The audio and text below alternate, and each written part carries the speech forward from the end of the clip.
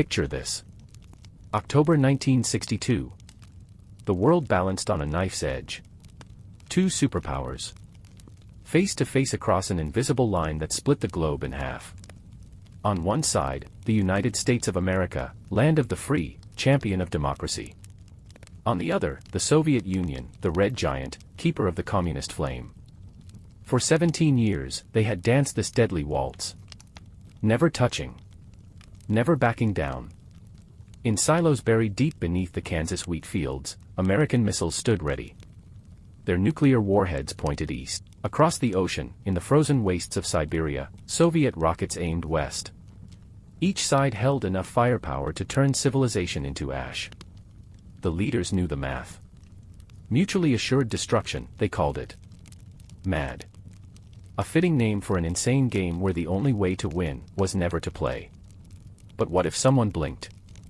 What if the unthinkable became inevitable? Berlin was a flashpoint. Cuba, another. Every proxy war in Asia, Africa, Latin America, each one a spark that could ignite the powder keg. The world held its breath as generals whispered in war rooms and diplomats smiled with clenched teeth. John F. Kennedy sat in the Oval Office, his fingers drumming against the resolute desk. Across the Atlantic, Nikita Khrushchev paced the halls of the Kremlin. Both men carried the weight of humanity on their shoulders. Neither wanted war. But sometimes, war wants you. November 3, 1962. 11:47 a.m., Eastern Standard Time. Major Rudolf Anderson was already dead. His U-2 spy plane, shot down over Cuba the day before. But the world didn't know that yet.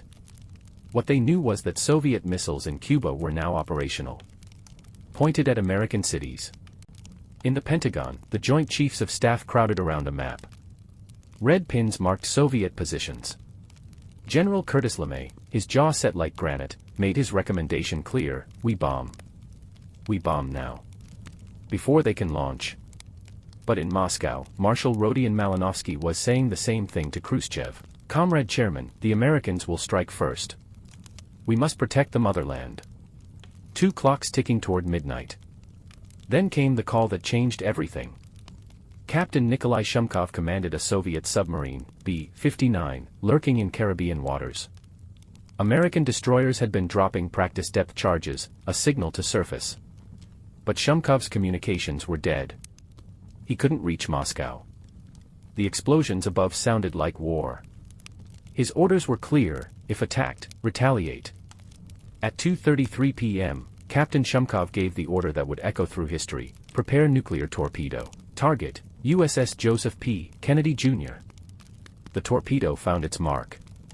The destroyer vanished in a pillar of fire and steam. Within minutes, DEFCON 1 flashed across American command centers. The highest state of alert. War was no longer coming. War had arrived. The retaliation was swift.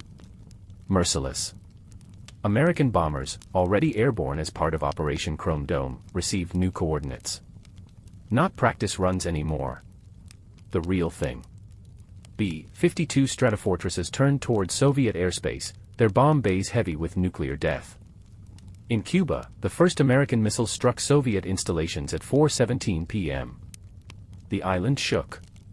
Palm trees vaporized.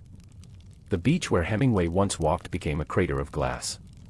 But the Soviets were ready. From Plesetsk Cosmodrome, from Baikonur, from hidden sites across the vast Russian expanse, ballistic missiles erupted skyward. Their contrails painted white scars across the gray November sky. President Kennedy's voice crackled over the emergency broadcast system: my fellow Americans, we are under attack. Seek shelter immediately. This is not a test. But there was no shelter from what was coming. The first Soviet warhead struck off at Air Force Base in Nebraska at 6:22 p.m. Strategic Air Command Headquarters, the brain of America's nuclear arsenal, disappeared in a flash brighter than the sun. General Thomas Power, the man who once boasted he could end the world, became atoms in the wind. London called Washington. The missiles are coming over the North Pole. Paris called Moscow. NATO is mobilizing. This cannot be contained. Beijing watched and calculated. In New York, the United Nations building emptied as diplomats fled for their lives.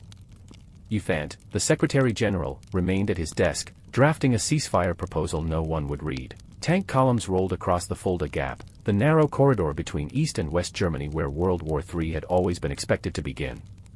Soviet T-55s met American M60 Pattons in fields that had seen war twice before. But this time was different. This time, tactical nuclear weapons lit up the battlefield like deadly fireflies. Company-sized units vanished in seconds. Forests burned. Rivers boiled. In the skies above, MiG-21s and F-105 Thunder Chiefs danced their lethal ballet while the world below disintegrated. Major Stanislav Petrov sat in a bunker outside Moscow, watching his radar screen fill with incoming American missiles. His orders were clear: report the attack, trigger automatic retaliation. But something made him pause. A gut feeling. A desperate hope. He picked up the red phone. "Sir, I need to report system malfunction." It was a lie. And it bought the world 3 more minutes. But 3 minutes wasn't enough to stop what had already been set in motion. By dawn on November 4th, 16 cities had been erased from the map. Detroit. A industrial heart torn out. The Rouge River ran black with radioactive debris. Kiev. The golden domes of St. Sophia's Cathedral, 1,000 years old, reduced to shadow and dust. Norfolk Naval Base. America's largest naval installation, now a glowing crater where the Chesapeake Bay met the Atlantic. Murmansk. The Soviet Northern Fleet's home port, its nuclear submarines entombed beneath tons of twisted metal and irradiated ice. The casualties weren't just numbers on a board, they were teachers and factory workers, children walking to school, mothers hanging laundry. In an instant, they became silhouettes burned into concrete. Shadows with no bodies to cast them. Hospitals that hadn't been vaporized overflowed with victims of radiation sickness. Burns that wouldn't heal. Hair falling out in clumps. Blood that wouldn't clot. The lucky ones died quickly. Refugee columns stretched for hundreds of miles. Families pushing shopping carts loaded with everything they owned. Old men carrying their wives on their backs. Children who couldn't understand why the sky was falling. Prime Minister Macmillan reached President Kennedy on the hotline from his bunker beneath London. "Jack, we have to stop this. Now. Before there's nothing left to save." But the machine of war had its own momentum.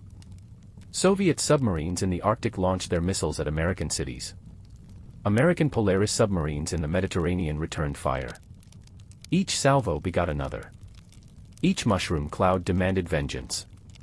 In Beijing, Chairman Mao watched the superpowers destroy each other and smiled. "This is what comes of revisionist thinking," he told his generals. "When the tigers fight, the smart man waits." But radiation doesn't respect borders. The fallout drifted east, carried by the jet stream. China's smile wouldn't last long. By the third day, the global economy had collapsed. Stock markets didn't just crash, they ceased to exist. Banks closed. Governments fled their capitals.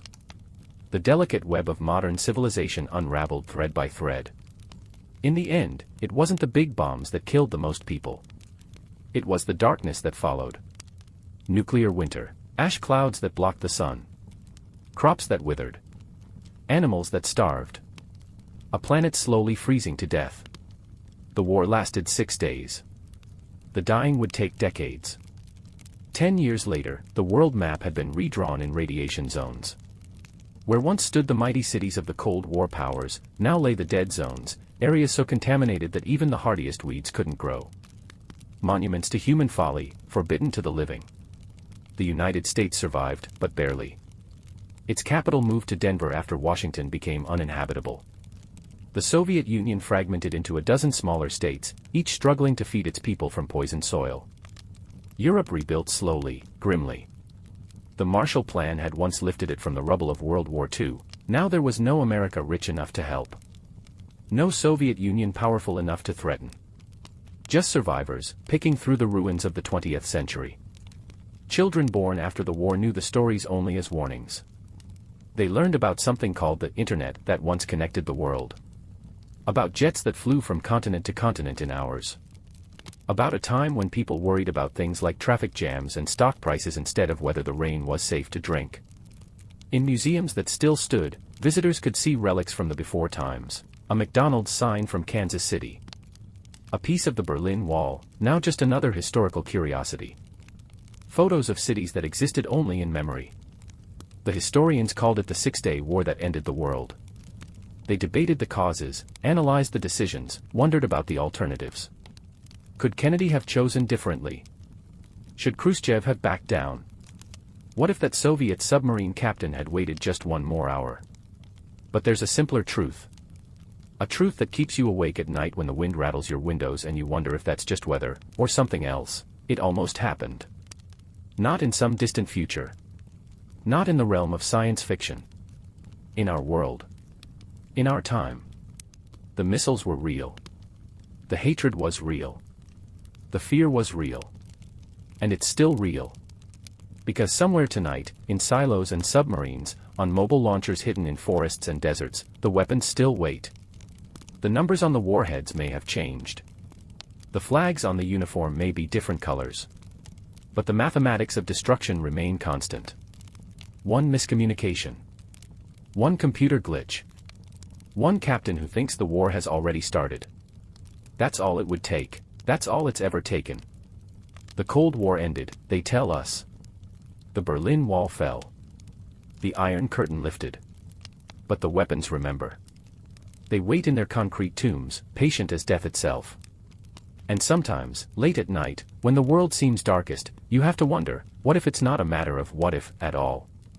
What if it's just when?